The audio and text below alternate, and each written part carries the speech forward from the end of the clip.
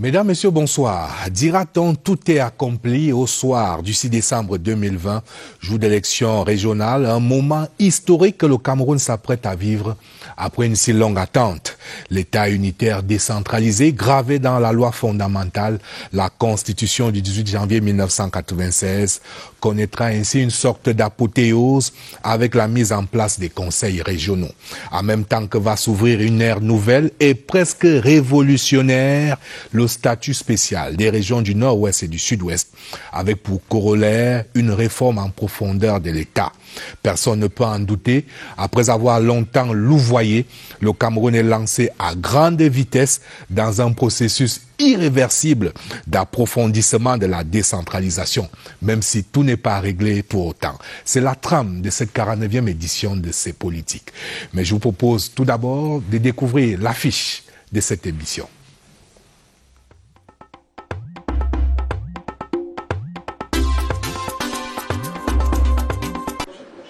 Quand on parle de transfert de compétences de l'État vers les collectivités territoriales décentralisées au Cameroun, il est une référence. Professeur Jean-Claude Théoa a commis tout un ouvrage sur le sujet, paru aux éditions L'Harmattan en 2013. Agrégé des facultés de droit et lauréat du concours CAMES 2009, il est l'actuel inspecteur général au ministère de la décentralisation et du développement local. Le natif du Onkam, dans la région de l'Ouest Cameroun, a eu effectué une mission à l'étranger sur la décentralisation. Sa voix a fait écho lors du grand dialogue national tenu du 30 septembre au 4 octobre 2019 à Yaoundé. Mola Léonard et Jani Koulou est intervenu dans la commission décentralisation et développement local. Le politologue a toujours milité pour l'amélioration de la gouvernance locale dans les régions du Nord-Ouest et du Sud-Ouest. Il prépare une thèse de doctorat PhD en sciences politiques, option relations internationales sur le maintien de la paix à l'université de Yaoundé 2, soit. Albert Anissé Akwa est une personne ressource de la gouvernance locale. Maire RDPC de la commune de Ngoulmakong dans la région du Sud Cameroun depuis 2002. Ancien vice-président national des communes et villes unies du Cameroun, il est par ailleurs membre titulaire du comité central du RDPC. Albert Anissé Akwa est expert consultant pour les questions de décentralisation et du développement local. Premier secrétaire du Parti uni pour la rénovation sociale. Serge Espoir Matomba a été candidat à l'élection présidentielle d'octobre 2018 au Cameroun. Il est connu dans les arcanes politiques depuis 2010. En septembre 2017, il a condamné l'escalade de la violence, la profanation du drapeau et des emblèmes de la République par les sécessionnistes dans la région du Nord-Ouest et du Sud-Ouest. Conseiller municipal de l'arrondissement de Douala 4e et grand conseiller à la communauté urbaine de Douala. Le leader du PURS prépare actuellement une thèse de doctorat en gestion de projet. L'affiche affiche désormais complet. Bon débat.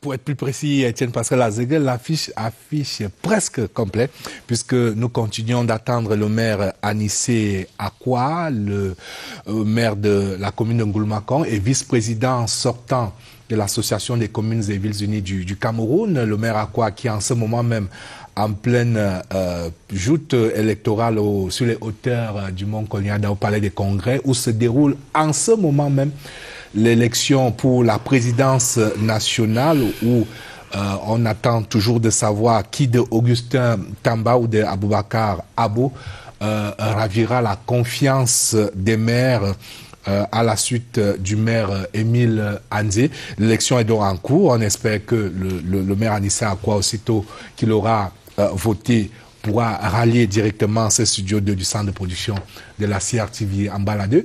En attendant, nous allons confirmer donc la présence effective sur ce plateau du professeur Jean-Claude Théoa. Bonsoir et bienvenue. Bonsoir, Aimé Robert. Je voudrais d'entrée de jeu vous poser une question relative à la disponibilité des locaux où devraient siéger donc les conseils régionaux. Le ministre de la décentralisation et du développement local vient de boucler une tournée nationale à la recherche de ces locaux. À l'entame de sa tournée, l'optimisme n'est brillé guère. Est-ce qu'au terme de cette tournée, on en sait davantage? Ou alors, au lendemain de la session de plein droit projetée pour le 22 décembre, les présidents frémoulus des conseils régionaux vont se retrouver SDF? Alors merci Aimé Robert. Je pense que les conseillers régionaux nouvellement élus ne se retrouveront pas hors de SDF, comme vous le dites, non. En effet, et vous l'avez si bien dit, le ministre de la Décentralisation et du Développement local a effectué le tour des 10 régions à l'effet justement de rechercher des bâtiments dignes, susceptibles d'accueillir nos conseils régionaux. Sa tournée a été bouclée avec la phase du nord-ouest à Bamenda, où justement on peut retenir que de bâtiments importants ont été retenus. Une liste d'au moins 3 bâtiments par immeuble, par région a été retenue. Ce qui fait qu'on peut être optimiste aujourd'hui, dire que à l'occasion de la session de plein droit, les conseillers régionaux auront une salle où travailler. Voilà qui est rassurant. On attend de le vivre, mais encore faut-il être élu. Et on a sur le plateau Serge Espoir Matomba, dont le parti est en lice. Votre parti fait partie, donc, pour ainsi dire, des 13 formations politiques en lice pour ces élections régionales. Bonsoir. Bonsoir. Dites-moi, de vous à moi, votre parti politique est en lice pour ces conseils régionaux parce que vous y croyez vraiment ou alors parce que vous préparez déjà 2025 et qu'il faut continuer d'entretenir dans la mémoire collective l'ancrage de votre parti politique? Il faut déjà dire que nous devons être logiques envers nous-mêmes. Vous savez que nous faisons partie de ceux qui avons vivement appelé à l'accélération et à l'implémentation de la décentralisation. Et le Conseil régional fait partie donc, n'est-ce pas, de ce parachèvement de la décentralisation. Nous ne pouvons pas appeler vivement que la décentralisation soit effective et que pendant la mise en place des institutions qui représentent n'est-ce pas, la décentralisation, que nous soyons absents. Et il faut dire que nous ne participons pas tout simplement pour être présents ou alors pour faire avancer ce que nous allons appeler la décentralisation ou la démocratie. Vous savez qu'aujourd'hui, les électeurs du conseil, du moins du conseil régional, sont connus. Les électeurs sont connus. Et c'est un vote qui oblige les candidats à rencontrer les électeurs. Il ne s'agit pas pour nous d'aller dans un marché rechercher des voix. On sait exactement qui vote et je ne vais pas ici vous faire lire dans une boule de cristal en vous faisant déjà remarquer que vous avez vu, on sort là des tribunaux parce que en réalité plusieurs formations politiques ont donné le mot d'ordre et n'ont pas été respectées. C'est pour dire que nos candidats iront, ils sont d'ailleurs sur le terrain en train de rencontrer les électeurs et espèrent évidemment bénéficier. Vous nous rappelez dans quel département le PUR c'est en liste? Alors le PUR c'est dans le Mbaminoubou, dans le Nkam et dans le Nyon-Ekele. Et vous pensez créer la surprise dans un de ces départements? Disons que ce n'est pas... Il y a là-bas des partis politiques qui contrôlent les exécutifs municipaux et que la discipline du parti fait que, a priori, les partis majoritaires dans les exécutifs communaux partent largement favoris. Je ne voudrais pas entrer dans le débat de discipline du parti. Je veux juste vous dire que les électeurs, lorsque vous allez dans l'isoloir, vous avez un bulletin à mettre dans l'urne et vous avez votre conscience avec... Vous avez commencé les premières touches avec ces conseils? Bien évidemment. Nous avons commencé à discuter avec certains électeurs parce que c'est important. Est-ce qu'on parle vraiment de programme avec ce collège électoral ou alors c'est sonnant des trébuchantes à moins que ce soit plus simplement la discipline des partis? Non, il faut dire qu'on parle aussi de projets. Parce que voyez-vous, le conseil régional, parce qu'il faut mieux l'expliquer déjà à certains candidats et même à certains électeurs. Parce que certains électeurs comprennent le bien fondé de la participation locale. Parce qu'il s'agit de cela. Si vous voyez que le candidat ou la candidature d'en face a plus d'aptitude à défendre la région, alors pourquoi vous ne voterez pas pour lui? On sait aussi que comment plusieurs listes ont été faites. C'est-à-dire il y a des listes qui ne répondent pas aux attentes des populations pour la région. Et là, à ce niveau, l'électeur est face à sa conscience et face au développement de la région. Affaire à suivre. Ce sera évidemment à suivre sur la CRTV, puisque vous aurez droit à... Vous n'allez rien rater, donc là je parle à nos téléspectateurs, des péripéties de cette campagne pour les régionales, ainsi que du vote en lui-même, évidemment, des résultats qui seront proclamés. Alors, je voudrais à présent accueillir avec un moment de gravité notre troisième invité du soir, docteur Gianni Léonard, qui nous fait l'amitié de venir de Tchang, juste pour prendre part à cette émission. Bonsoir et bienvenue. Bonsoir, monsieur Aimé. Bonsoir, mes co-panélistes. Et surtout à mon professeur, le professeur Tchewa. Alors, je vous accueille avec un sujet empreint de gravité. Après Kumba, où on a connu le massacre de Tro, le massacre des enfants, il y a un peu plus d'une semaine, on a eu très peur aujourd'hui des nouvelles venant de la ville de Kumbo, mais il est établi que ce soir, il y a eu un enlèvement d'enfants jusqu'au moment où nous entrions en studio. On parlait encore des tractations pour obtenir leur libération, mais il y a une constance avec ces forces du mal qui s'attaquent à l'école, qui s'attaquent à l'éducation. C'est triste, mais c'est les conséquences de la guerre. Quand on déclare la guerre à un État, on vit les conséquences comme ça. Vous voyez, il faut également prendre en considération le fait que les séparatistes sont en train de perdre sur tous les côtés. Et malheureusement, ils n'ont que pour choix de mener les actions comme nous voyons là. Mais en même temps, il est temps de rappeler et d'amener la population de jouer un rôle fondamental pour que la donne change. Tant que la population ne se ressaisit pas et prenne une bonne décision pour changer les choses sur le terrain, ça serait compliqué. Mais je pense qu'avec le développement de l'émission, on va essayer un peu de voir dans quelle mesure on peut amener la population à collaborer beaucoup plus avec les autorités pour que les choses changent. Vous confirmez ce que l'on a dit et redit sur nos antennes, que nous venions de vivre la meilleure rentrée scolaire depuis 4 ans et que là, manifestement, les séparatistes ont du mal à digérer, à voir que les choses leur échappent, que l'école reprend progressivement? C'est normal, vous savez que pour que la crise évolue comme on a vu les dernières années, ils ont utilisé l'école comme moyen de pression. Et avec la reprise de l'école, ça devenait un peu de plus en plus compliqué pour eux.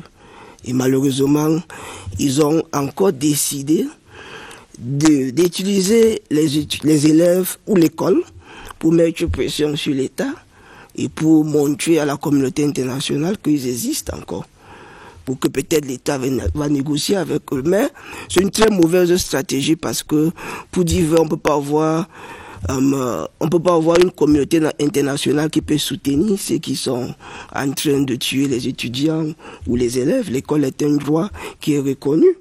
Bon, c'est une mauvaise stratégie, raison pour laquelle on demande, parce que on voit un peu l'insécurité humaine qui ne fait qu'agrandir. Bon, on demande donc il faut amener cette population-là à jouer un très bon rôle avec les autorités pour améliorer les choses. On va revenir évidemment sur cette situation parfois volatile dans les régions du Nord-Ouest et du Sud-Ouest dans le cours de cette émission, en rappelant que les régionales participent précisément de la dynamique de pacification de ces deux régions, puisque ces élections vont consacrer donc la mise en place du statut spécial dont vont bénéficier ces deux régions. Nous allons y revenir d'un instant à l'autre. Je vous propose tout d'abord de regarder ce sujet d'Oswald Medon sur les espoirs, les attentes que cristallisent ces élections régionales dans une classe politique camerounaise qui est déjà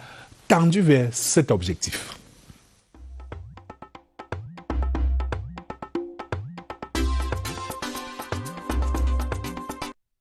Plus que quelques semaines, le Cameroun empruntera un tournant décisif de son histoire. Consacré par la Constitution, le pays connaîtra l'ère des conseils régionaux. Les élections régionales sont à voir comme une opportunité qui permettrait justement de conforter le pays dans son identité politique. Pour les spécialistes, l'avènement des conseils régionaux, c'est cette dernière pierre qui manquait à l'édifice décentralisation. Il y a des actions à dérouler sur le plan économique, sur le plan social, sur le plan culturel. Il y a lieu de comprendre que juste après, la face du pays va devoir changer. Tout ce que les politiques attendaient. La mise en place des structures va certainement apporter une visibilité plus claire sur le développement local. Et le ministre de la Décentralisation et du Développement local, Georges Langobam, de préciser que la décentralisation est avant tout un outil de promotion de la démocratie locale. Pour le docteur Stéphane Mouniol, juriste et expert en décentralisation, les régionales pourraient être une garantie à l'essor de la décentralisation sous préalable. Le premier étant que les populations, à travers leurs conseillers municipaux, se reconnaissent dans les délégués choisis et que ceux-ci portent effectivement leurs doléances au sein de l'Assemblée régionale. Sur ces régionales repose également l'espoir d'une sortie de crise définitive dans les régions du nord-ouest et du sud-ouest. En termes de retour à la paix, l'échéance électorale à venir est une grande opportunité dont les dividendes politiques devraient être capitalisés. Et au-delà des dividendes politiques, il y a des dividendes économiques et sociaux extrêmement importants. Pour qu'on puisse résoudre les problèmes, il faut tenir toujours compte des spécificités des gens. Je crois que c'est une meilleure approche. Et comme pour clore le débat et rassurer définitivement, le président de la République déclarait fort opportunément que je crois fermement à cet égard que l'accélération de notre processus de décentralisation va permettre de renforcer le développement de nos régions. J'ai, dans cette optique, prescrit la mise en œuvre des mesures nécessaires pour concrétiser rapidement cette réforme majeure. Ce qui a le mérite d'être clair.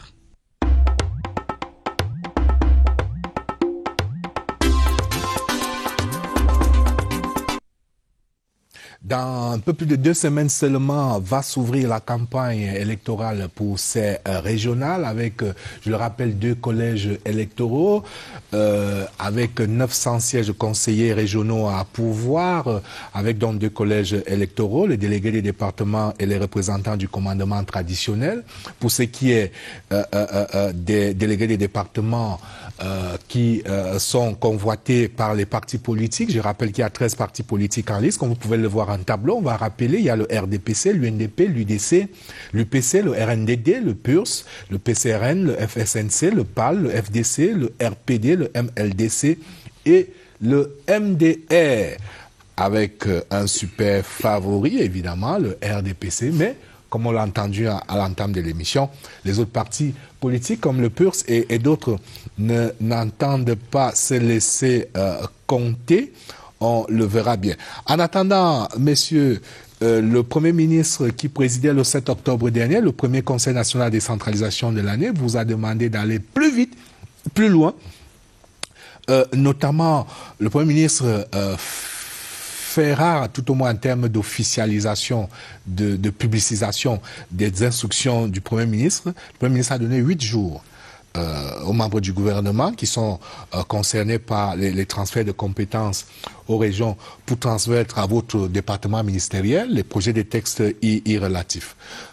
Alors, 8 jours plus tard, multiplié par 5 ou 4, nous en sommes quasiment à 1 mois maintenant. J'imagine que ces instructions du Premier ministre ont été exécutées. En effet, je pense que je dois dire ici que ces instructions ont été respectées parce qu'au 30, date butoir, je crois, la majorité des textes attendus avaient été transmis dans les services du Premier ministre. Parce qu'à l'issue du Conseil national de décentralisation, l'instruction ou la directive du Premier ministre a été répercutée au département ministériel qui immédiatement ont transmis au ministère de la décentralisation et du développement local l'ensemble des projets de textes qui ont été discutés dans des concertation interministérielle qui ont été améliorés, finalisés et puis transmis dans les services du Premier ministre pour la suite de la procédure. Donc pour l'instant, je peux dire que plus du 3/4 de ces textes ont été transmis. Alors il y a les transferts de compétences, mais il y a aussi les textes d'application de la loi, un peu la Bible, la loi du 24 décembre 2020 portant Code général des collectivités territoriales décentralisées. Et on a bien vu tout au long de cette année que l'absence de ces textes d'application a empêché de pouvoir dérouler, de pouvoir appliquer pleinement ce code, a privé certaines collectivités territoriales décentralisées de leurs droits, on va dire. Et du coup, certains commencent à accuser un peu l'administration d'inertie, de faire traîner la vision du chef de l'État, de la mise en œuvre de ce Code général des collectivités, Code général des collectivités territoriales décentralisées. Oui, mais Robert, c'est peut-être à tort que de dire que l'administration ne fait pas son travail, peut-être pas au rythme souhaité par ceux qui le disent.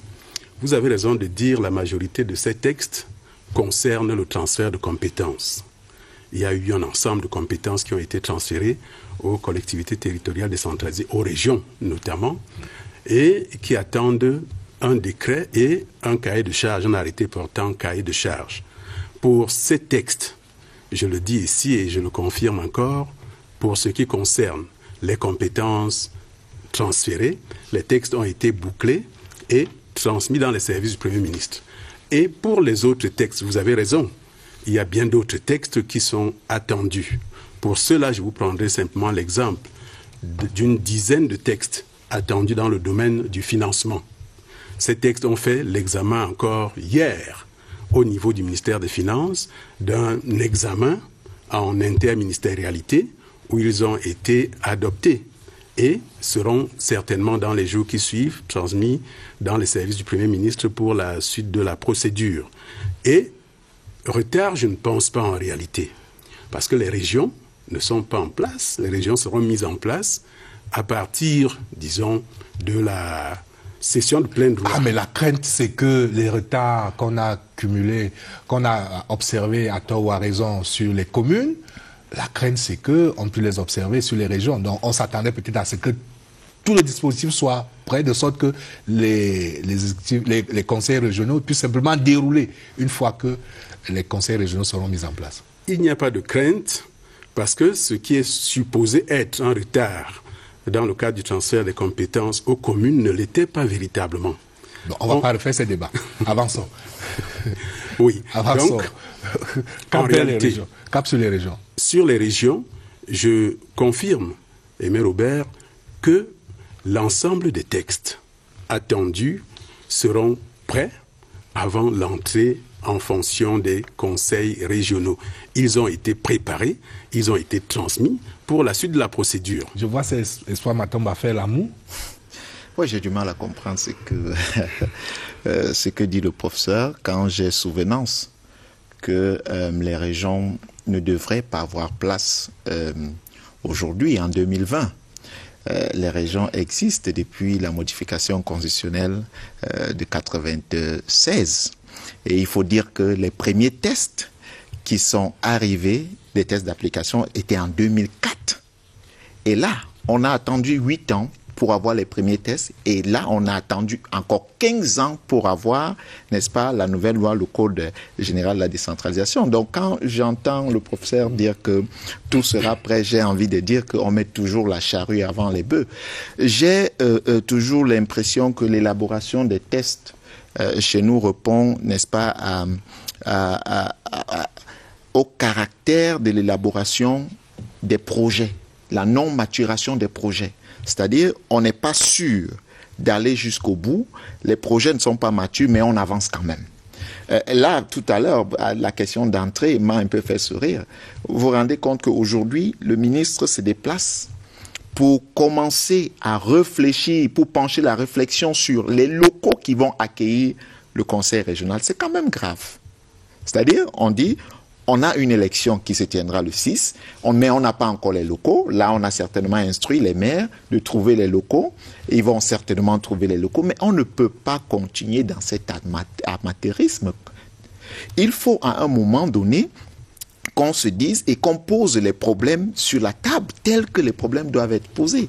Parce que dire qu'on va commencer aujourd'hui à revoir les tests sont en cours pendant que depuis 2019, parce que là ça fait 2 ans pratiquement. Un an. On entre dans la 2e année. Non, un an quand même. Le code général, c'était en décembre. Décembre 2019. Le 24 décembre 2019. Donc, un an, une année. Décembre 2019. Donc, on sort du grand dialogue pratiquement en octobre 2019 et le code voit le jeu en décembre 2019. Il faut d'ailleurs saluer la célérité avec laquelle ce code général a été mis en place, quasiment un mois après le grand dialogue national. Autant il faut saluer cette célérité, autant effectivement on peut se poser des questions sur le fait que une année après, on attend encore tous ces textes d'application. Vous savez, je peux peut-être féliciter quelques acteurs qui ont travaillé dessus, mais pas saluer la célérité. Vous savez que ce code ressort pourquoi? Parce qu'il y a une crise. Tout à fait. Et il faut une réponse précise à cette crise-là. Mais pourquoi il n'est pas sorti avant? Pourquoi il n'a pas évité cette crise?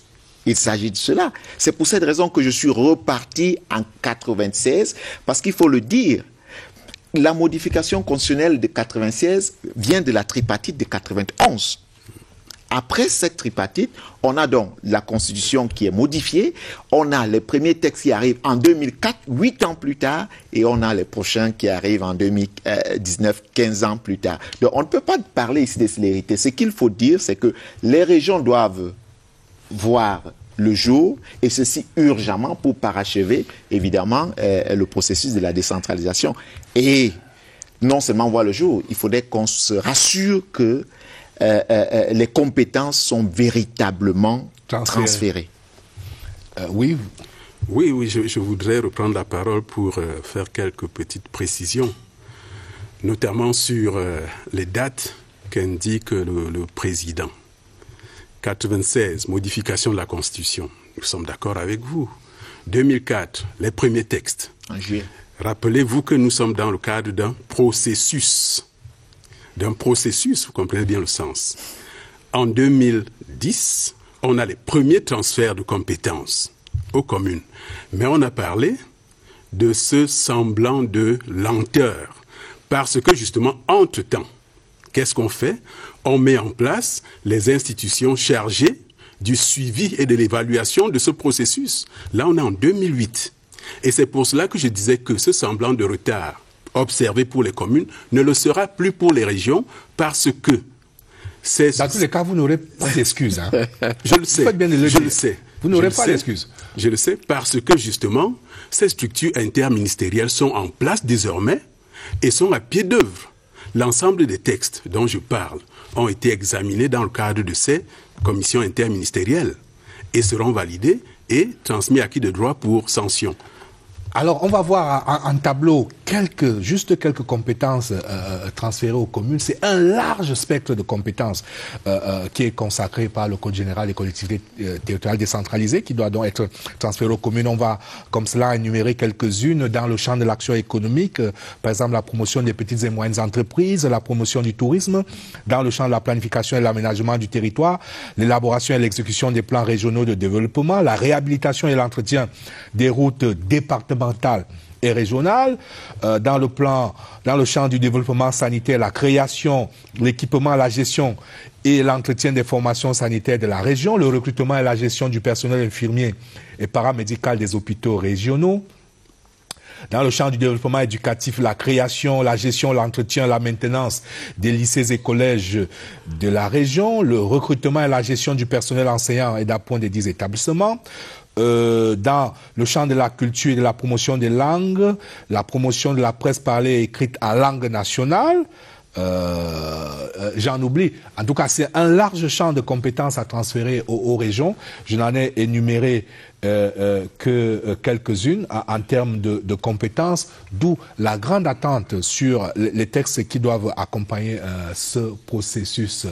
Alors, pour vous rejoignez ceux qui disent que comment éviter, c'est la question que je voulais vous poser, comment éviter, comment tirer les leçons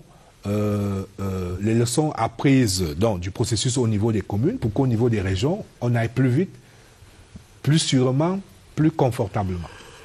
Je me dis qu'il faudrait d'abord prendre en considération une bonne volonté politique, parce que c'est de ça qu'il s'agit.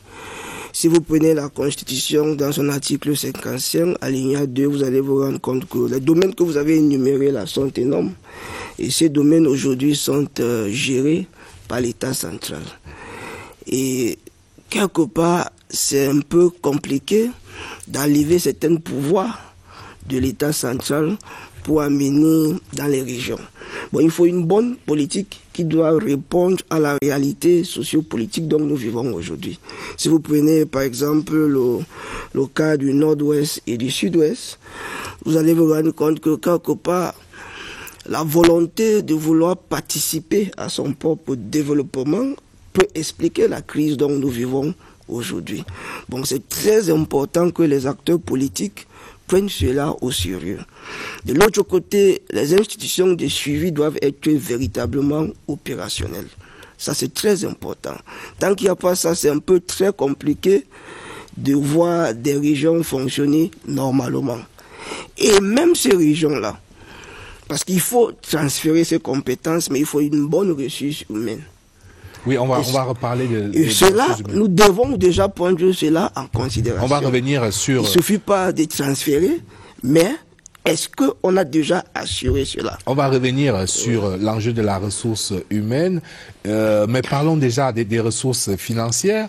Le Code général des collectivités territoriales décentralisées, en son article 25, dispose que la loi des finances fixe chaque année la fraction des recettes de l'État affectée à la dotation générale. Cette fraction ne peut être inférieure à 15%.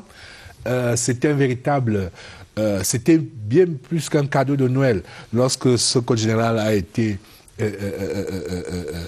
publié, parce que les maires, dans leurs rêves les plus fous, escomptaient 10%. Mais voilà qu'on parle de 15%. Sauf que l'année dernière, en tout cas l'année, les exercices budgétaires en cours, les collectivités territoriales décentralisées n'ont pas eu droit à cette fraction des recettes de l'État. La raison officielle donnée à l'époque par votre ministre, c'était que le Code général était postérieur à l'adoption de la loi des finances 2020. Est-ce que vous avez pleine conscience que vous ne pourrez plus avancer cet argument en 2021 si les collectivités territoriales décentralisées n'ont pas une dotation conséquente? Vous ne pourrez plus, vous avez grillé vos cartouches en quelque sorte. Merci. Je pense qu'on a, ne disons pas griller nos cartouches. Je voudrais dire que la dotation de 15% destinée à la dotation générale de la décentralisation est l'une des recommandations, grandes recommandations du grand dialogue. La question de son effectivité se pose. En effet, on a évoqué par le passé l'antériorité du Code général des collectivités territoriales décentralisées. Peut-être que l'on ne pourrait plus l'évoquer aujourd'hui, vous avez raison, mais sachez que nous avons des procédures en matière d'élaboration du budget de l'État qui doit tenir compte d'un certain nombre de contraintes. Ces contraintes peuvent aujourd'hui nous orienter vers une difficulté d'inscription de ces 15% dans le budget. Je ne dis pas que ce sera le cas. Ce ne sera peut-être pas le cas parce que l'Assemblée, le Parlement a été convoqué. On verra très bien ce que prévoit cette année la dotation générale. En tout état de cause, les collectivités territoriales décentralisées, notamment les communes, ont reçu depuis 2018 une dotation de 100 millions de francs chacune, qui leur permet déjà, en attendant l'effectivité des 15%, de réaliser un certain nombre de grands projets. Donc pour l'instant, on observe, on verra ce qui se passera au niveau du MINFI. Une action? Oui, peut-être une petite réaction. Je dirais que le professeur a tout de suite déroulé. Je pense que les maires et les futurs représentants ou alors délégués régionaux ont très bien compris que la dotation de 15% ne sera peut-être pas à l'ordre du jour pour l'année 2021.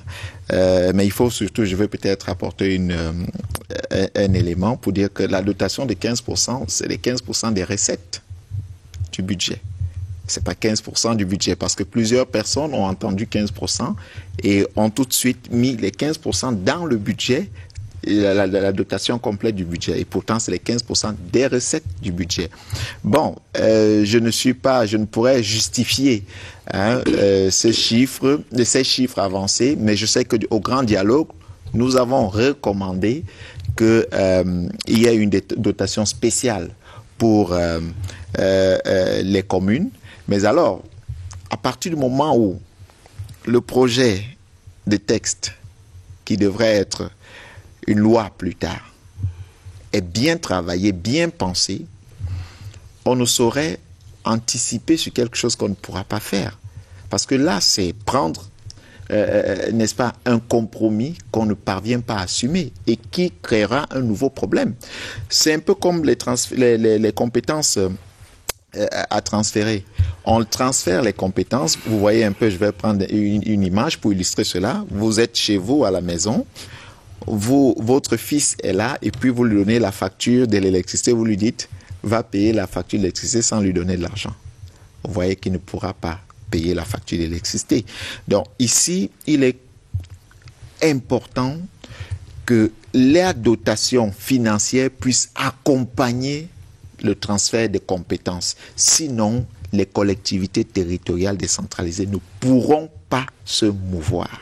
S'il vous plaît, je veux ajouter quelque chose sur ça. Je pense que les 15% font juste une partie des recettes que les régions et les collectivités territoriales décentralisées vont jouir. Bien évidemment. Si vous regardez par exemple l'article, je pense, 390, on a tellement énuméré des recettes. Bon, de là maintenant, il faut dire donc que les élus locaux savent apprécier à juste valeur leur rôle pour créer de l'argent, pour que les communes et les régions fonctionnent très bien. Bon, on ne peut pas parler seulement de 15% comme si c'est ça qui va faire échouer la décentralisation. Il faut donc amener les gens à comprendre les différents moyens, mais raison même pour laquelle il y a eu un fonds national de fiscalité qui doivent accompagner les collectivités territoriales décentralisées. Mais lorsque vous êtes la fiscalité locale, bon, pour les communes des grandes agglomérations, bon, elles sont bien servies, elles peuvent lever l'impôt, elles peuvent mobiliser des recettes, mais il y a un certain nombre de communes dans des zones rurales. Ils peuvent emprunter de l'argent, c'est énuméré dans la loi. Oui, il y a plusieurs moyens, mais il faut juste savoir apprécier donc les lois qui existent pour que les communes fonctionnent très bien et les régions. Oui, professeur. Oui, je voudrais faire une précision par rapport à ce qu'il dit si bien. C'est-à-dire que les compétences transférées ne sont pas uniquement financées par la dotation générale de la décentralisation. La dotation générale de la décentralisation participe du financement partiel de la décentralisation. Cela suppose quoi? Cela suppose qu'il y a d'abord, en lien avec les compétences transférées, les dotations venant des départements ministériels, c'est-à-dire tout département ministériel qui transfère une compétence a l'obligation de transférer les ressources financières et bientôt humaines également, les ressources financières qui étaient destinées à la mise en œuvre de cette compétence. Au-delà, il l'a si bien dit, vous avez la loi portant fiscalité locale. Attention, et vous dites bien que certaines communes rurales ne peuvent pas en bénéficier parce que ne disposant pas d'un sommier. D'accord, mais il y a tout ce qu'on appelle les impôts communaux soumis à péréquation. C'est-à-dire que finalement, il y a une péréquation qui fera en sorte que même ces petites communes puissent en bénéficier.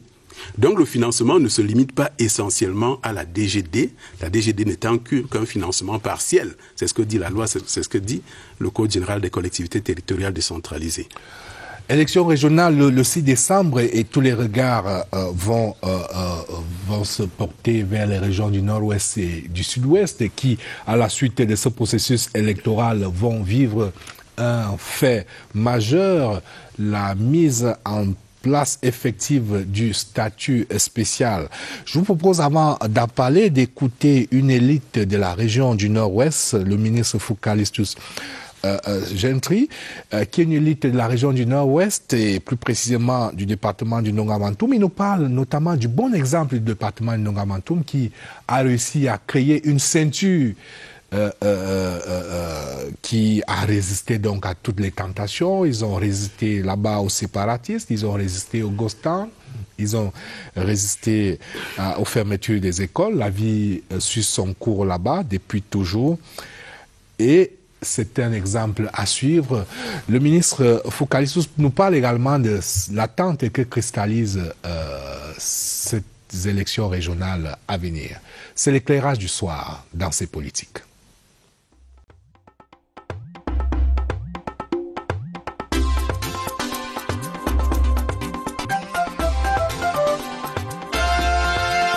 Quand j'ai vu la qualité des candidats qui se sont présentés, je parle des anciens ministres, je parle des anciens directeurs généraux, même certains directeurs généraux en poste, je parle des directeurs dans l'administration, je parle des hommes d'affaires, je parle des chefs traditionnels renommés de première, deuxième classe, tout. Je pense que c'est quelque chose qui va tourner une autre page dans l'histoire de notre pays. Et je pense que vu qu'il y a une administration, un gouvernement central, l'administration au niveau des communes, il y avait ces lacunes au milieu. Je pense que ça va beaucoup aller dans le sens de résoudre les problèmes actuels, puisque c'est un problème régional, ce n'est pas un problème des arrondissements. Et toutes ces personnes viennent de tous les arrondissements des deux régions. Ils vont se retrouver soit à Boya, soit à Bamenda, et ils sont mieux placés pour gérer, pour vivre avec ces problèmes, pour trouver les solutions, pour parler avec les populations. Ils sont davantage mieux placés que nous qui vont quitter Yaoundé pour aller en région pour peut-être 2 semaines ou 1 semaine, et ils vont mieux maîtriser la situation.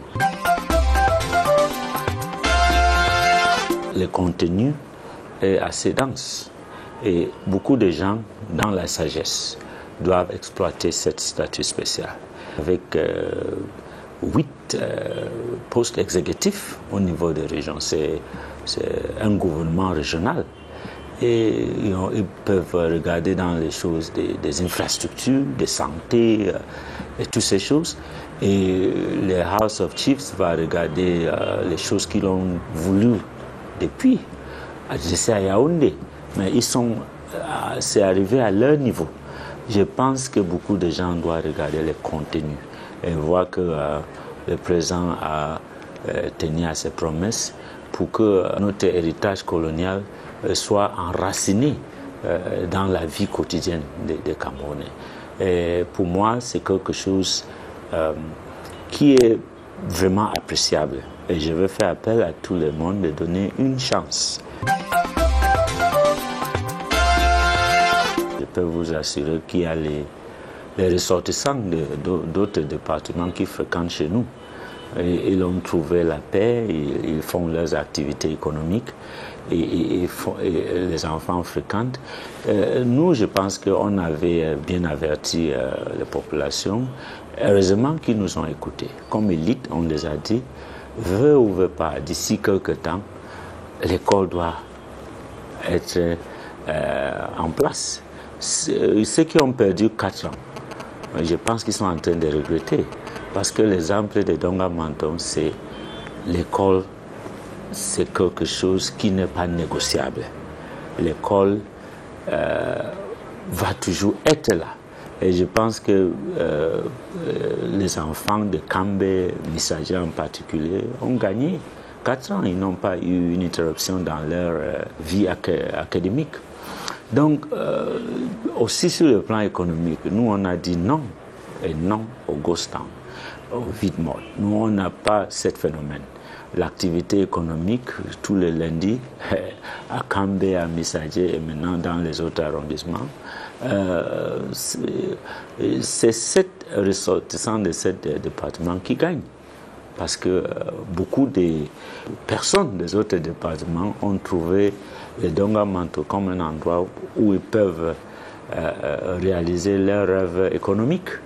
Donc pour nous, les formules de Dongamanto ont réussi. C'est une synergie des élites. On a fait beaucoup de choses. Il y en a qui ont fait le tournoi de football, il y en a qui ont donné les bourses, il y en a qui ont fait beaucoup des activités sociales. Et avec les chefs traditionnels, avec le groupe Vigilante, nous on a créé ces formules et je pense que les autres départements sont en train de suivre l'exemple de Dongamanto.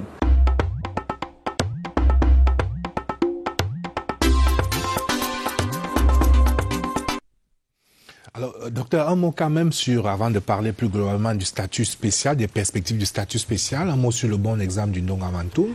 Entendre ça, ça veut dire que c'est possible. C'est possible, c'est possible. On a toujours eu à demander à la population de savoir faire le bon choix. C'est très important. C'est vrai qu'il y avait eu, on peut accepter ce malaise social et économique qui existait et le fait que les terroristes que nous condamnons, c'est nous, ça il faut l'accepter et les victimes sont toujours nous. Quand je dis nous, je dis la population du nord-ouest et du sud-ouest. Et à un moment donné, il fallait se ressaisir pour savoir dire non à nos frères qui ont porté les armes et pour les amener à réfléchir autrement. Parce que comme j'ai l'habitude de dire, il y a développement parce qu'il y a stabilité. Quand il n'y a pas stabilité, on ne peut pas parler du développement. Et c'est ce qu'on a vu à Cambé.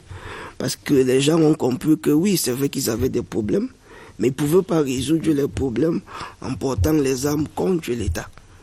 Bon, c'est un exemple qu'on espère vouloir apporter dans toutes les deux régions du nord-ouest et du sud-ouest pour que ça change. Et je pense qu'avec la décentralisation, le véritable problème, c'est de savoir apporter ce message-là. Parce que la décentralisation donne quand même cette opportunité-là pour que le peuple participe elle-même à son propre développement. Il faudrait donc maintenant bien expliquer aux gens. Si vous prenez par exemple l'article 40 et 41 de ce code de décentralisation, vous allez voir donc que l'individu a la chance de formuler, de s'approcher même aux autorités locales, de proposer des projets par rapport à leur propre développement. C'est très important. Les associations, la société civile et même les villages, les communautés de quartiers peuvent travailler ensemble avec les collectivités territoriales décentralisées. Ça veut dire donc que le peuple est impliqué dans son propre développement. Et les régions du nord-ouest et du sud-ouest profitent déjà de toutes les compétences générales concédées aux autres régions, mais en plus elles ont des compétences spécifiques qui consacrent le statut spécial. Alors, pour vous, en quoi ce statut spécial peut accélérer la pacification, le retour à la normale? Si nous prenons ce statut spécial, on va voir par exemple dans l'article 328, qui essaie un peu d'énumérer certaines choses. Oui, on peut le voir en tableau, cet article 328, la participation à l'élaboration des politiques publiques nationales, la création et la gestion des missions régionales de développement, la participation à l'élaboration du statut de la chefferie traditionnelle, la consultation sur les questions liées aux politiques publiques, à la justice, au sous-système de la common law et l'association à la gestion des services publics implantés dans les territoires du nord-ouest et du sud-ouest. Quelque part, quand on prend ça en considération, on se rend donc compte que l'État a essayé d'amener ce peuple-là au centre de la décision nationale par rapport à notre sous-système d'éducation. Si on prend par exemple les revendications qui ont été faites par les enseignants, il était question de préserver donc ce système-là. C'est très important. Ils ont dit on peut aussi consulter les avocats par rapport à notre système judiciaire. C'est important. On a parlé aussi on a pris le cas du conciliateur, l'article je pense 367, qui devient une sorte de médiateur entre le peuple et les autorités. Quelque part, je pense que ça vient apporter quelque chose pour accélérer le développement. C'est vrai qu'on peut dire oui, c'est pas suffisant, mais en politique, il faut également savoir que les décisions qu'on peut prendre à un moment donné doivent être en considération avec une réalité. Qu'est-ce que je veux dire? Parce que là, il faut prendre en considération le fait que on pouvait dire, par exemple, que l'État pouvait donner beaucoup plus de pouvoir. On pouvait demander cela. Parce que si on prend, par exemple, si on prend le cas du pouvoir qui est donné à cette assemblée régionale-là, ou ce statut spécial, on voit par exemple l'article 323, avec le secrétaire général qui est nommé au sein des régions. On va se rendre compte que quelque part, il y a un peu de conflit entre lui et même l'exécutif dans les régions. Et ça pourrait causer des problèmes. Je me rappelle quand j'étais dans ce grand dialogue national, j'avais proposé ceci. Le véritable problème, si vous regardez les agitations dans les régions du nord-ouest et sud-ouest, c'était la présence centrale. Et surtout le pouvoir qui était donné entre le manque de, disons que les préfets et le gouverneur. Quelque part, ça menaçait. Mais, pour le moment, c'est ce que l'État vient de donner. C'est important que les gens d'abord s'approprient de ça pour voir dans quelle mesure on peut avancer et progressivement cette autonomie peut s'améliorer. Serge Matomba, sur ce statut spécial qui devrait être accueilli à bras ouverts pour ramener la paix. Oui, je dirais que déjà l'importance pour moi de ce statut spécial, c'est cette reconnaissance, n'est-ce pas, cette reconnaissance de l'originalité des régions du nord-ouest et puis du sud-ouest. Parce qu'il ne faut pas perdre de vue qu'il y a le principe de l'égalité, c'est-à-dire qu'il n'y a aucune hiérarchie entre les régions, aucune hiérarchie entre les communes. D'ailleurs, il y a ce principe-là. Mais alors, le statut spécial vient en reconnaissance donc de cette spécificité du nord-ouest et du sud-ouest. Selon... À première vue, avec la première lecture, on pourrait dire que c'est une très bonne chose à partir du moment où, évidemment, les personnes qui seront chargées d'implémenter donc le développement par les régions dans les différents conseils régionaux auront non seulement les mains libres pour travailler, mais auront aussi les possibilités de le faire. Parce que comme je l'ai dit, je l'ai souvent dit, la population, généralement... Pourquoi ces élus n'auraient pas les mains libres? Écoutez, si déjà la plupart des tests qui doivent accompagner le code général ne sont pas publiés, on aura des élus qui seront à un moment donné butés, ils ne sauront pas quoi faire et comment faire, parce qu'il faut attendre. Donc il faut déjà qu'on ait plusieurs tests d'application doivent sortir éventuellement. Ces tests doivent sortir. On doit voir ces élus à l'œuvre.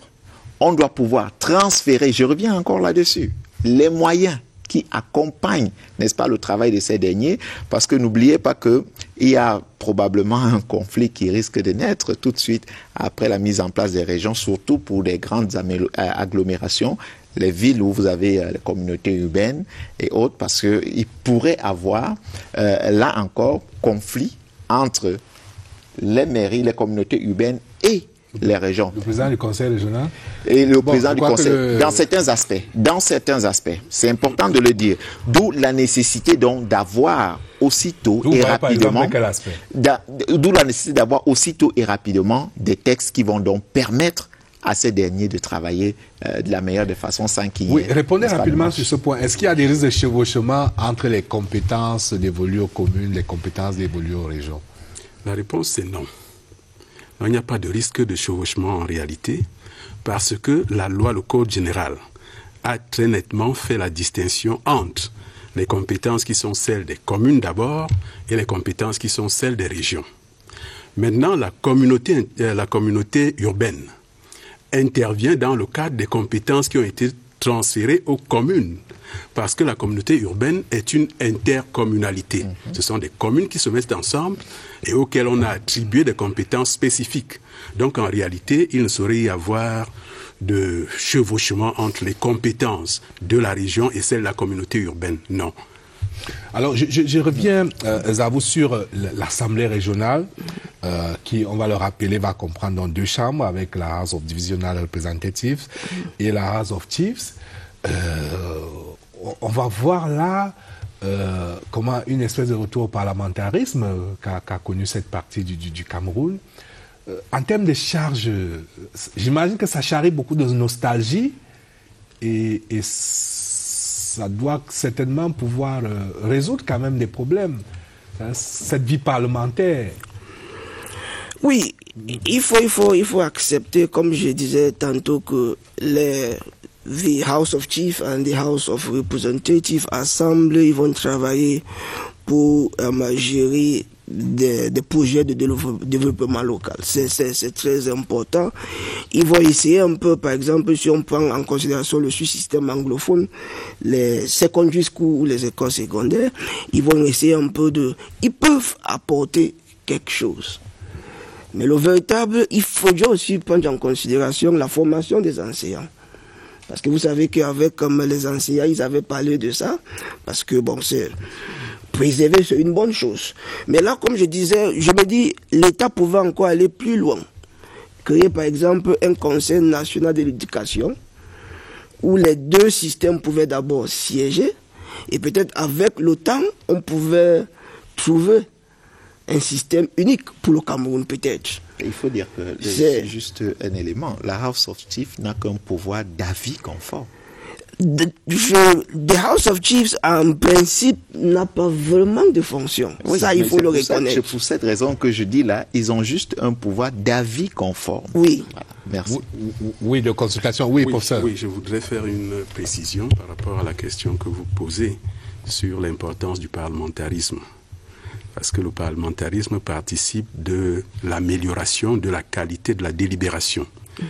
Et c'est une particularité des régions du nord-ouest et du sud-ouest. Parce que l'on a 2 chambres. Et, contrairement à ce qui est souvent affirmé, la chambre des chefs, la House of Chiefs, n'a pas qu'un rôle symbolique. Elle a compétence sur l'ensemble des autres matières traitées par la chambre de Divisional Representatives.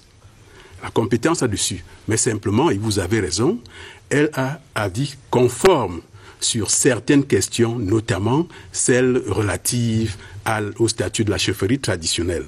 Et cela est important. Pourquoi? Parce qu'il y a donc cette possibilité qu'une délibération parte de la chambre des représentants des départements vers la chambre des chefs et, conclusion, en cas de conflit persistant. Et c'est ça la démocratie.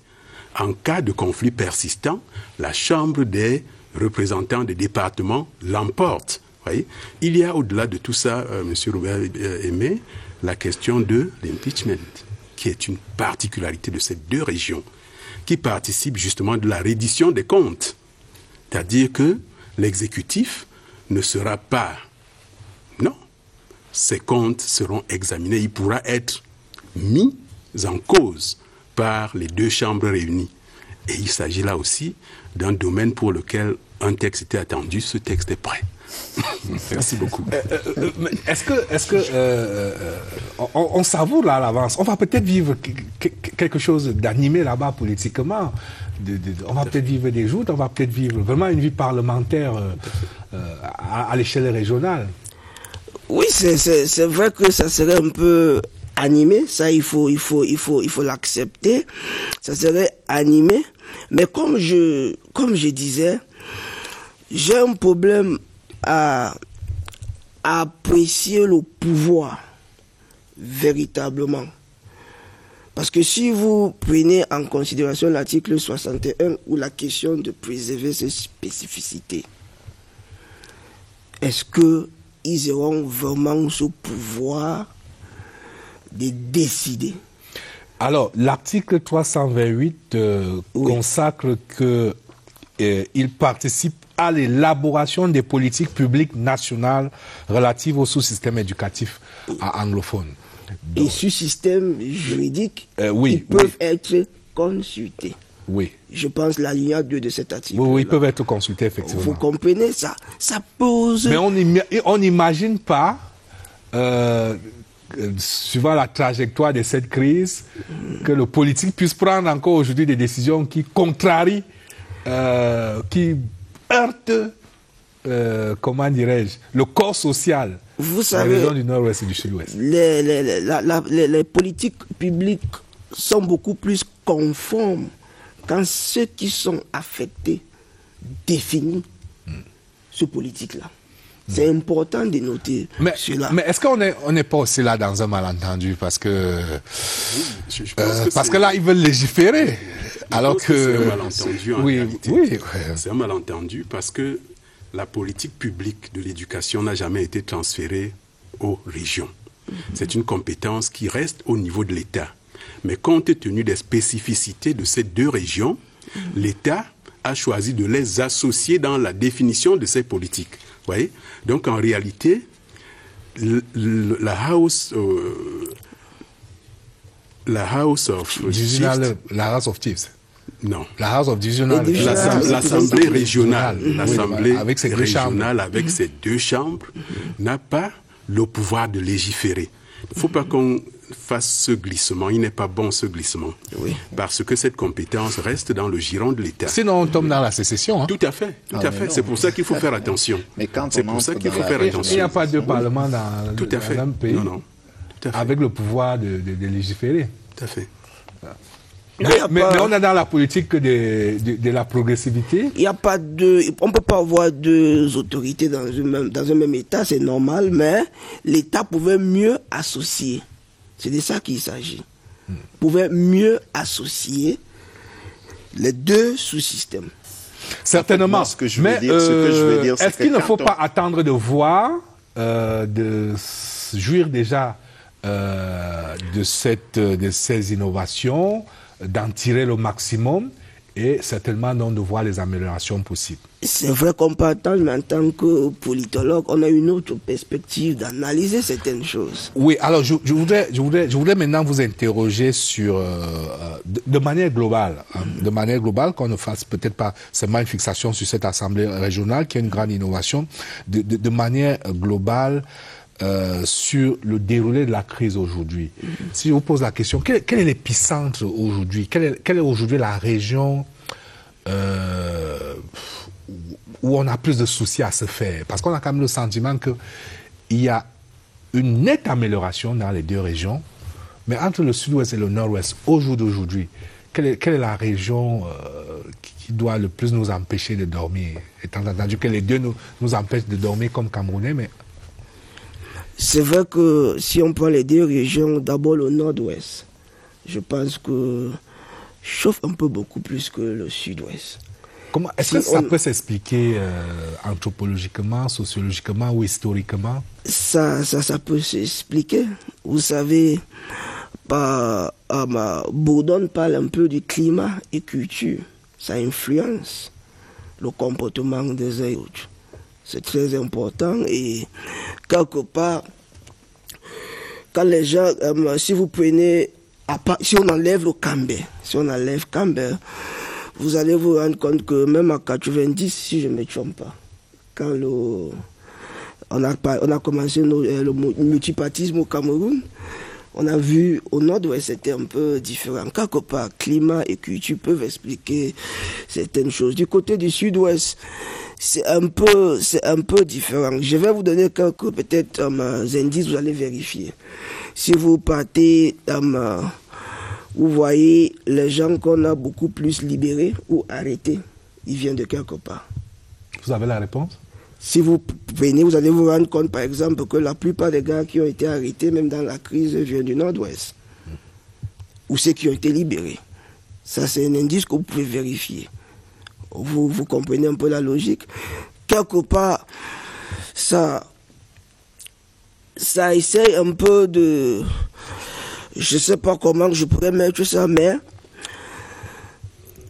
Vous pouvez le dire en anglais. Hein, non, c'est pas question de français ou anglais, mais je pense tout dépend de la situation réelle que les gens vivent aussi. Parce qu'on peut aussi dire que si vous prenez par exemple le sud-ouest, quelque part, c'est un peu amélioré. Si vous prenez le cas de Limbe, où il y a une activité économique qui répond un peu plus, c'est compliqué. Mais si vous prenez le cas du nord-ouest, on faisait beaucoup plus l'école au nord-ouest. Et avec la crise, tout est tombé. Bon, ça, c'est un peu, vous savez, quand une crise commence, il y a une dynamique et ça devient de plus en plus complexe. Ça a tellement également radicalisé les choses. Mais je pense que avec mes efforts des autorités et des gens qui sont en train de se rendre compte que suivre ce chemin-là est beaucoup plus dangereux, ils essaient un peu de se ressaisir. Et on espère que c'est un chemin sans issue.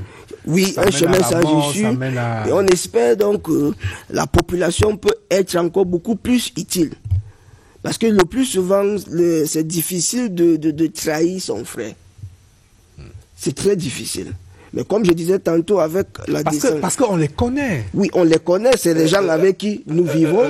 Il y a cette vidéo virale du gouverneur de la région du Sud-Ouest, au Kayabila, et quand tout le monde a regardé en fin de semaine, avec les femmes éplorées, et il leur demande, connaissez-vous? Les femmes répondent encore qu'elles ne savent pas, elles ne les connaissent pas.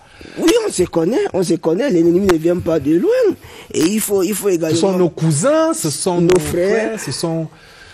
On leur parle au téléphone parce qu'ils demandent des rançons, ils demandent un tas de choses. On les connaît. On les connaît très bien. Bon, là maintenant, comme je disais, la population doit jouer un rôle stratégique de faire comprendre à ses frères, à ses enfants que on peut résoudre ce problème autrement. Ce développement dont nous cherchons ou ce paix dont nous cherchons, on peut le trouver autrement. Oui, avant de revenir à vous, on va faire un dernier tour de table sur la question avec cette question générique. Il est indéniable, on l'a dit, les séparatistes sont essoufflés, le mouvement séparatiste a totalement échoué. Donc l'armée a gagné la guerre, mais il faut gagner la paix. Il faut gagner la paix. Bien évidemment. Comment on gagne la paix? Non, pour gagner la paix, il faut gagner les cœurs des populations de ce côté-là. Il faut surtout gagner les cœurs. Et pour gagner les cœurs, je veux dire, c'est en prouvant à la population que ce qu'elle, entre parenthèses, réclamait hier, elle pourrait l'avoir aujourd'hui. Et de la meilleure des façons, ce sont les actes qui feront en sorte qu'on puisse gagner les cœurs. Ce n'est pas autre chose. Et parce que la population, bien qu'on dise, certaines langues disent qu'elle a peur, elle ne collabore pas assez, elle collabore quand même.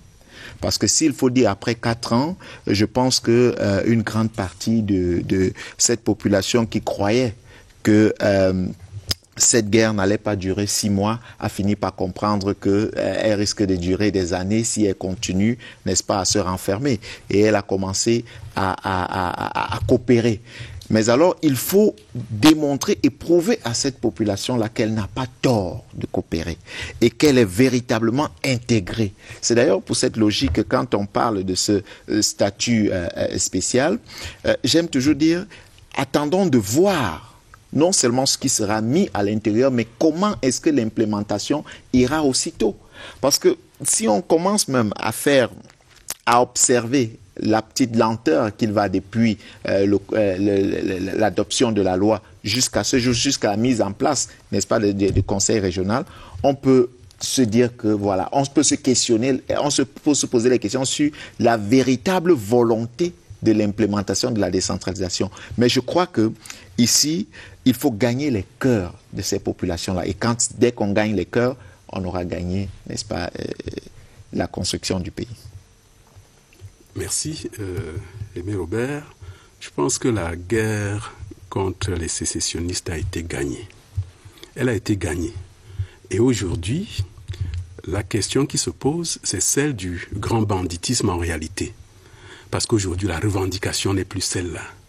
C'est de l'arnaque, c'est des enlèvements pour obtenir la rançon. Mais contre cette guerre-là aussi, certainement l'armée gagnera. Mais pour une paix durable, moi je pense que les éléments sont aujourd'hui posés. posée par le Code général des collectivités territoriales décentralisées parce que la revendication au départ, c'était une plus grande implication dans les affaires de la région, dans les affaires de la commune. Et on voit très bien qu'aujourd'hui, cette implication, elle est véritablement là. Au-delà des compétences qui ont été transférées à toutes les régions, on a vu tout à l'heure qu'il y a d'importantes autres compétences qui ont été transférées spécifiquement à ces régions-là, qui sont des compétences qui peuvent promouvoir le développement. La création, par exemple, des missions de développement participe de cela, impliquer les populations et les amener à comprendre que la gestion des affaires locales relève d'elles-mêmes ces populations. Elles choisissent leurs leaders, elles accompagnent leurs leaders, elles évaluent leurs leaders. Vous parliez tout à l'heure des comités de quartier, des comités de village. Tout cela participe justement de cette implication des populations à la gestion des affaires régionales ou des affaires locales. Donc moi je pense que le Code général fournit déjà un ensemble d'éléments qui peuvent permettre la pacification durable de ces territoires. Alors, une dernière question quand même sur le profil des hommes qui vont être les pionniers, parce que la valeur des institutions dépend aussi de la valeur intrinsèque des hommes qui incarnent ces institutions. Qu'attendez-vous en termes de profil de ces pionniers? Le premier président du conseil exécutif régional du Nord-Ouest, du Sud-Ouest, le premier président de l'Assemblée régionale du Nord-Ouest et du Sud-Ouest, qui doit-il être? C'est vrai que c'est un peu beaucoup plus politique dans la mesure où ce sont les conseillers qui vont décider qui serait le prochain homme. Ou les partis. Ou les partis. Davantage les partis d'ailleurs. Mais je pense qu'il y aura certainement des investitures. Oui, je pense que ça serait mieux d'opter pour des gens qui ont une bonne appréciation de la réalité locale. C'est très important parce que si vous prenez même dans ce code-là, même le budget qui doit être voté doit refléter les demandes et la réalité des régions en question. Donc si on prend quelqu'un qui est loin de sa réalité, c'est un problème. Il faut un bon manager qui peut bien concilier les aspirations des uns et des autres, et je pense que ça ira. C'est vraiment de ça qu'il s'agit, parce que avec la décentralisation, le problème c'est le développement local. Il faut donc des gens qui sont bien assis, qui peuvent mieux apprécier la réalité de leur région ou de leur commune. Messieurs, je vous propose d'aller retrouver une dame, Catherine Toulou Elanga, qui est en contact avec les internautes, et on va pouvoir dans un instant seulement recevoir quelques échos du débat tel qu'il va dans nos différentes plateformes numériques. Le temps de ce jingle, et on retrouve Catherine Toulou Elanga dans notre rubrique online.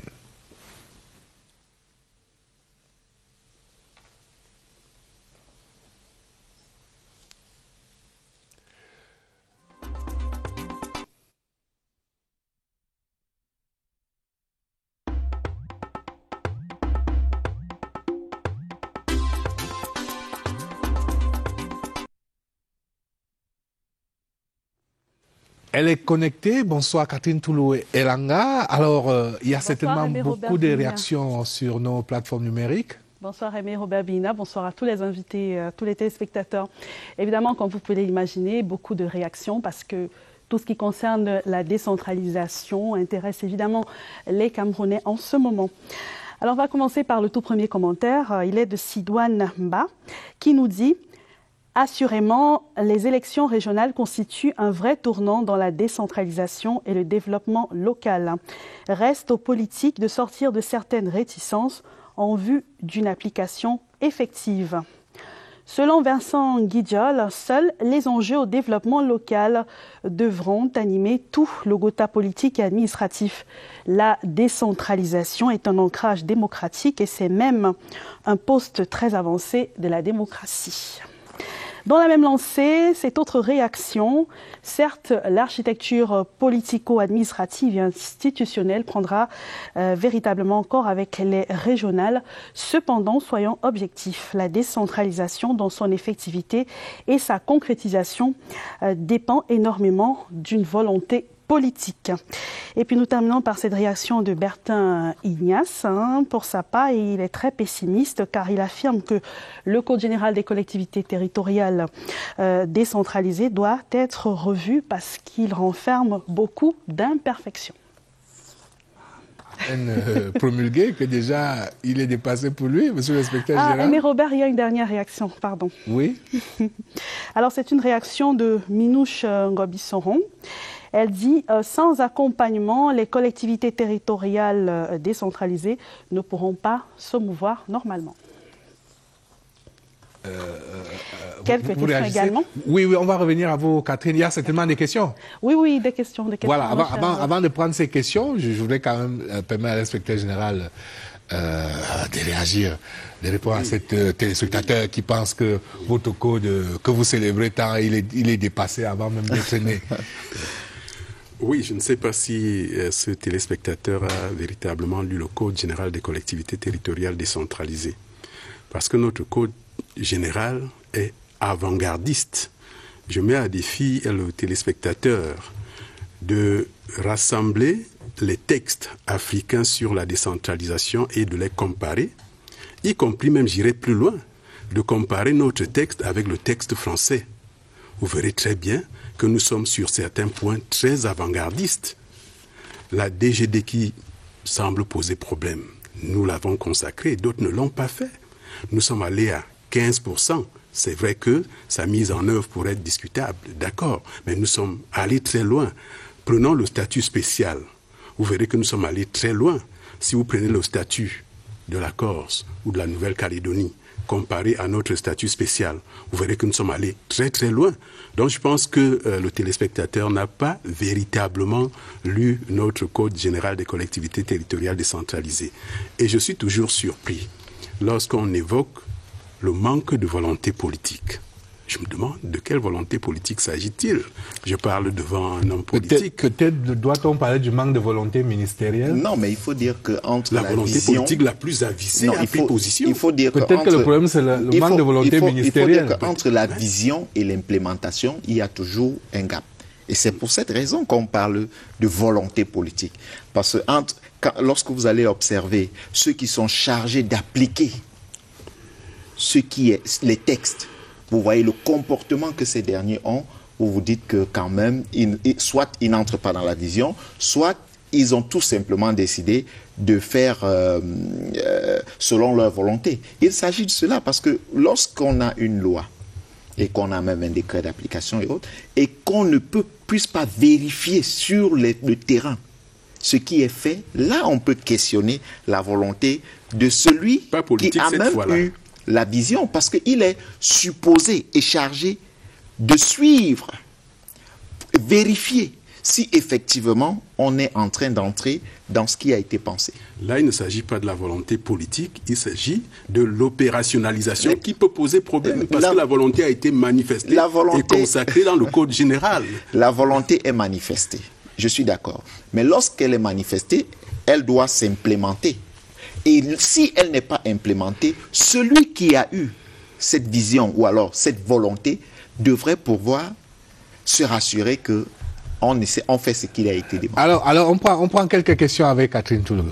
Voilà, on va encore s'adresser au professeur Tchoa, malheureusement, qui ne voudrait pas qu'on parle de volonté politique, mais on va tout de même en parler avec cette question. La décentralisation relève exclusivement d'une volonté politique. Alors, est-ce que l'État est prêt à lâcher du lest? Bien sûr, l'État, au plan formel, a déjà lâché du lest. Parce que lorsque vous lisez le Code général, toujours, l'État lui-même déclare les compétences ci-après sont transférées de manière impérative. Sont transférées. Donc l'État a lâché du lest. Maintenant, les questions d'opérationnalisation peuvent venir un peu brider cette volonté qui est celle de l'État. l'État a lâché du lest largement, même d'ailleurs, quand on regarde le spectre des compétences qui ont été transférées. Je pense toujours, et je suis convaincu, que beaucoup n'ont pas lu le Code général. Parce que lorsqu'on apprécie aujourd'hui la tutelle, peut-être qu'on reviendra là-dessus. Oui, mais on reviendra là-dessus. Oui, une autre question? Une question peut-être à Serge Espoir Matomba et à notre autre invité, le docteur Edjani. Alors la question est celle de savoir, la mise en place des conseils régionaux pourra-t-elle survivre aux conflits qui entravent la décentralisation? Vous qui connaissez les réalités de la ville de Douala, par exemple, il y a eu quelquefois des conflits entre les maires et les délégués du gouvernement. Je l'ai précédemment dit ici, le conseil régional peut évidemment survivre à partir du moment où il est doté de tout l'appareil, si vous voulez, ou la machine de test qui va avec. Parce que là, on a dans le Code général de la décentralisation des tests qui nous renvoient à d'autres tests qui ne sont pas encore sortis. Donc, il faut absolument que ces textes sortent pour pouvoir, n'est-ce pas, pour que ces institutions ne puissent pas avoir non seulement des chevauchements, mais puissent, n'est-ce pas, travailler pour le bien des Camerounais. Une autre question? Pour terminer, alors il y a un internaute qui se demande, est-ce qu'on ne peut pas finalement délimiter ce processus de décentralisation dans le temps? Est-ce qu'il doit durer une éternité? C'est un mode de gouvernance. C'est un mode de gouvernance. C'est un mode de gouvernance. C'est un mode de gouvernance. C'est un processus. Et puis, il faut suivre. Je souhaitais compléter la réponse du président s'agissant des conflits. Oui, on parle des conflits juste dans un instant. Juste le temps de remercier Catherine Toulou. Merci d'être venue nous voir et continuer de monitorer pour nous les échanges dans nos différentes plateformes numériques. Merci également, bonne suite. Et puisque vous insistez, on va parler donc de ces conflits. Je rappelle que le Code général des collectivités territoriales décentralisées, en son article 73, parle du contrôle de légalité qui fixe un peu le cadre de la collaboration entre les élus et le représentant de l'État, qui est donc le préfet dans le cadre des communes et le gouverneur des régions dans le cadre des régions. Mais on le voit avec les communes, il y a des conflits qui subsistent. Hein. Oui, vous avez je pense qu'il y a des conflits qui subsistent, il l'a très bien dit. Et les conflits auxquels l'on fait généralement allusion, c'est l'opposition entre les communes d'arrondissement et la communauté urbaine. Et si vous avez lu le Code général, un point d'honneur a été mis sur cette question. La délimitation du champ de compétences entre la commune d'arrondissement et la communauté urbaine. Le point d'honneur qui a été mis a consisté à dire quoi? D'abord, définir ce que c'est qu'une compétence intercommunale. Parce que c'était là le nœud de la question. La communauté urbaine n'ayant à gérer que des questions d'intérêt intercommunal.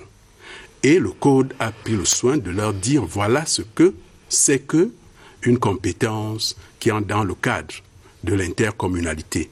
Et à côté, le Code, ce qui n'était pas fait dans les lois de 2004, le Code a identifié clairement désormais toutes les compétences qui sont attribuées expressément à la communauté urbaine. Cela n'était pas fait dans l'ancienne législation 2004. Mais alors pourquoi il y a des conflits? C'est une mauvaise lecture du Code par les acteurs? On a vu un maire de la ville dans une agglomération descendre dans un marché.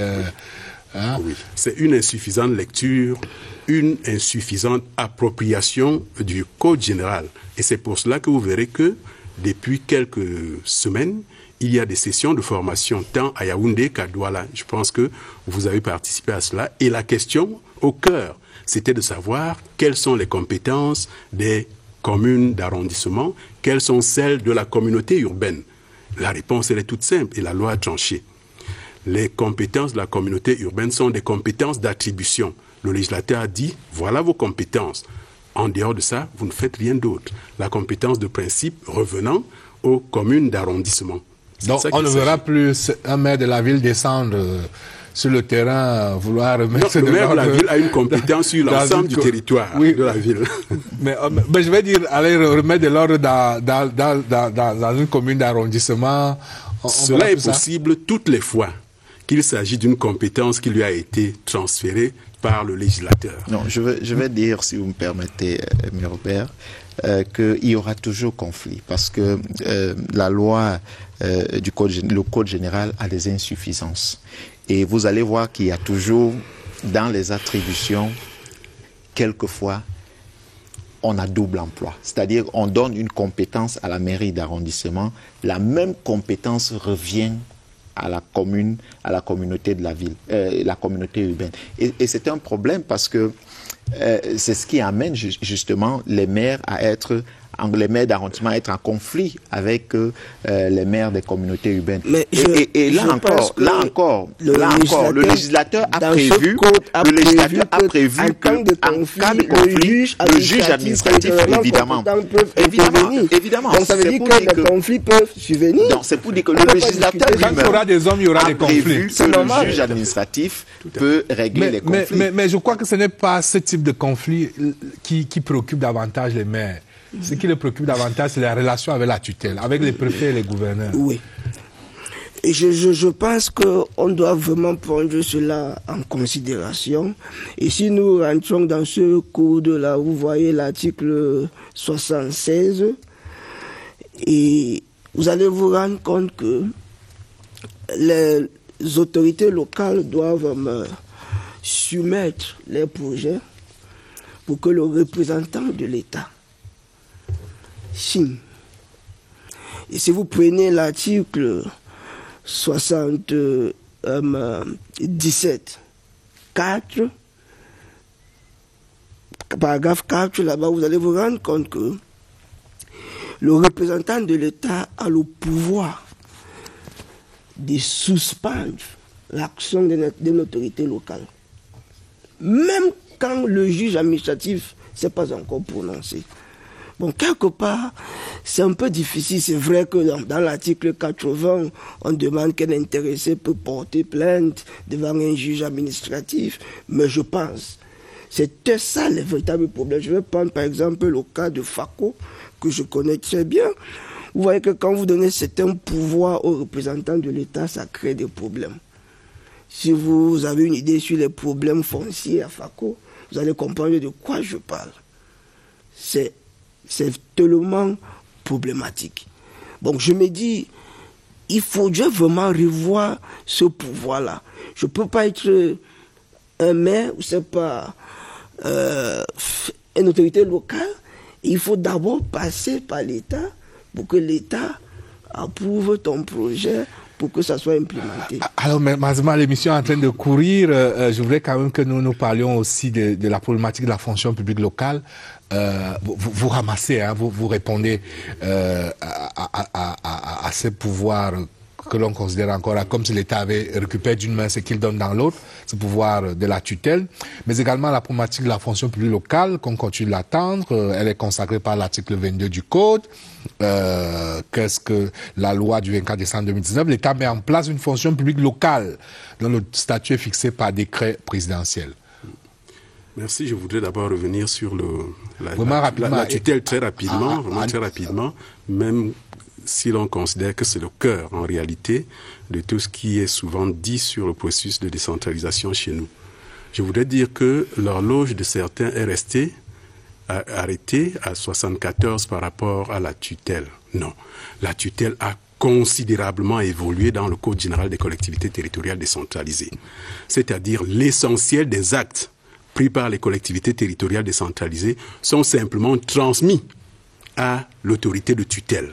Seuls quelques actes sont désormais soumis au contrôle a priori. Il n'y en a pas plus de 5.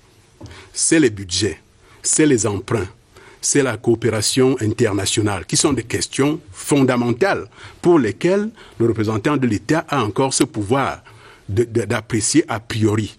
Et notre loi allait plus loin, disant, par exemple, je cite de mémoire, que la tutelle ne saurait impliquer une appréciation d'opportunité. C'est-à-dire l'opportunité relève de l'exécutif.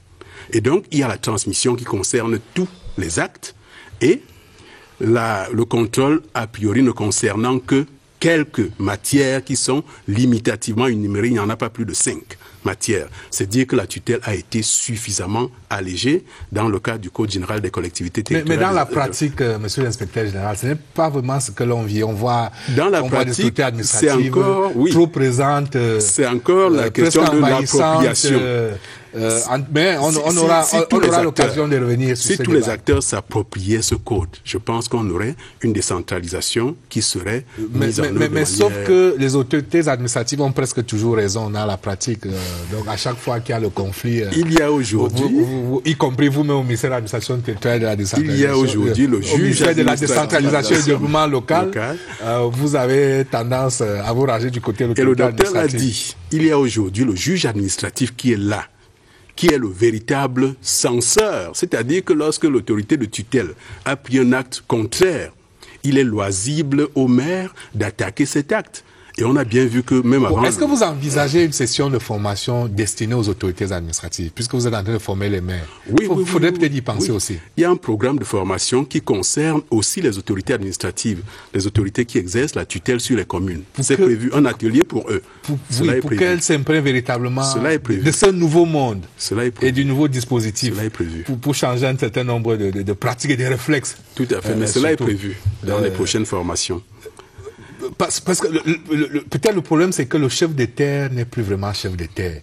Et avec la décentralisation, qui peut tout, qui est tout. Mais bon, on y reviendra. Alors, dites seulement un mot sur cette fonction publique locale qui reste attendue et qui paralyse totalement les communes qui n'ont pas de personnel, qui n'ont pas d'expertise. Alors, cette fonction publique est prévue par la loi, vous l'avez dit, et relève d'un décret du président de la République.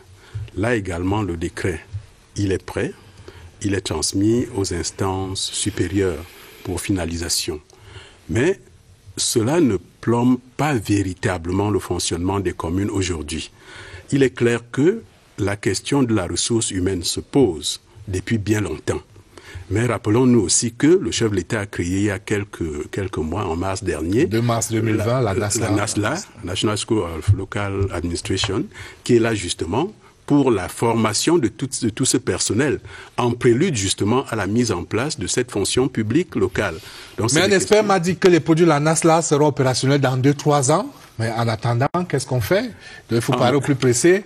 Qu'il y a des agents de l'État qui s'entassent à 10, à 15, à 20 dans un bureau. Dans certains bureaux, ils s'ennuient. Ils arrivent à 10 heures, ils rentrent à 13 heures. Pendant ce temps, on cherche du personnel dans les collectivités territoriales décentralisées. Non, on ne cherche pas. Vous avez fait le tour dans les collectivités territoriales décentralisées. Vous verrez que, dans certaines, les effectifs sont pléthoriques. Si bien que le ministre... En quantité. Le problème de la qualité peut se poser, d'où encore la procédure de recrutement qui mérite d'être questionnée pour justement atteindre le niveau de qualité qui est souhaité. C'est un vaste programme. Hein. Oui, ça nous renvoie justement à la préparation, à l'anticipation avant l'implémentation. Vous voyez que alors, messieurs, je voudrais vous avant prier, les bœufs. Je voulais vous prier avant de conclure de regarder un autre sujet grave qui nous concerne tous, les événements du massacre de Tro, le massacre de Kumba. Et nous avons tous pleuré, nous avons tous commémoré ce jour de deuil national samedi dernier. Nous revenons sur les leçons de ce grand moment de communion nationale dans ce coup politique de la semaine que signe Sévérin Legambélé.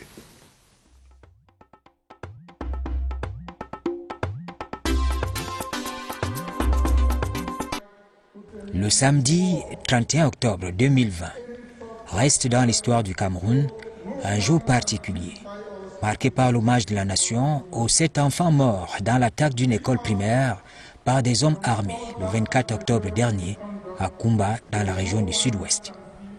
L'ensemble des citoyens a pu se joindre à cet hommage à travers le recueillement, un temps collectif et commun permettant d'exprimer sa compassion et de manifester sa solidarité avec les victimes et leurs familles.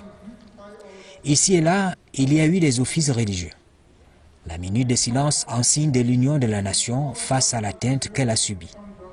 Sur les bâtiments publics, À l'intérieur du pays et dans les représentations diplomatiques du Cameroun à l'étranger, les drapeaux ont été mis en berne. Le pays tout entier a tenu à rendre hommage aux enfants tués dans ce massacre de Kumba. Hommes et femmes, jeunes et adultes, croyants et non-croyants, acteurs politiques ou sympathisants, ont donné de la voix. La profondeur des messages véhiculés dans les lieux de rassemblement, églises et temples, est à cette occasion le reflet du sentiment de colère, soulevé par un acte qui heurte la conscience morale, le sentiment de la justice. Les méditations, les prédications et les diverses prises de parole sont allées dans le sens de la condamnation d'un acte ignoble, dont les traces marquent à jamais la conscience collective.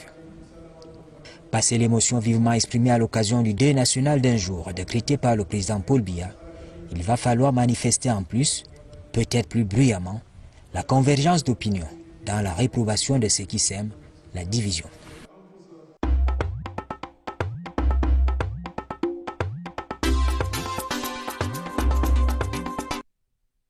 Oui, à Kumba, avons nous dit encore et avons tous dit stop et non à ce massacre de trop à Kumba.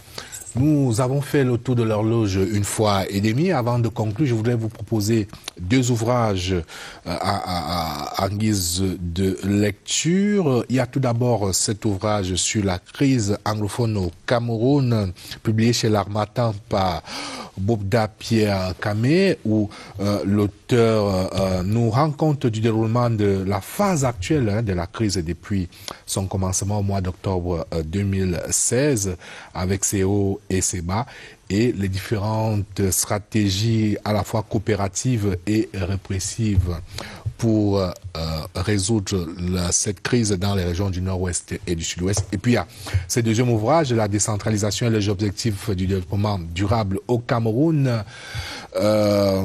C'est un ouvrage de René Daniel Mintia qui rappelle donc combien l'approfondissement et l'accélération de la décentralisation constituent donc le projet majeur des autorités camerounaises pour les prochaines années, et essaie donc de le jauger et de le juger à l'aune des 17 objectifs de développement durable, les ODD.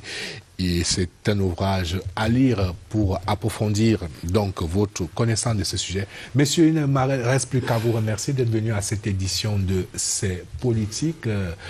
Merci et bon retour à Tchan et merci également à Serge Matomba. Bonne chance dans cette campagne pour les sénatoriales.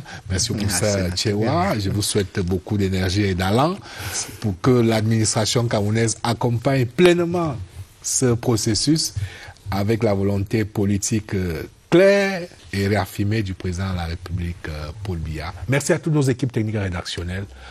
À bientôt sur la CRTV.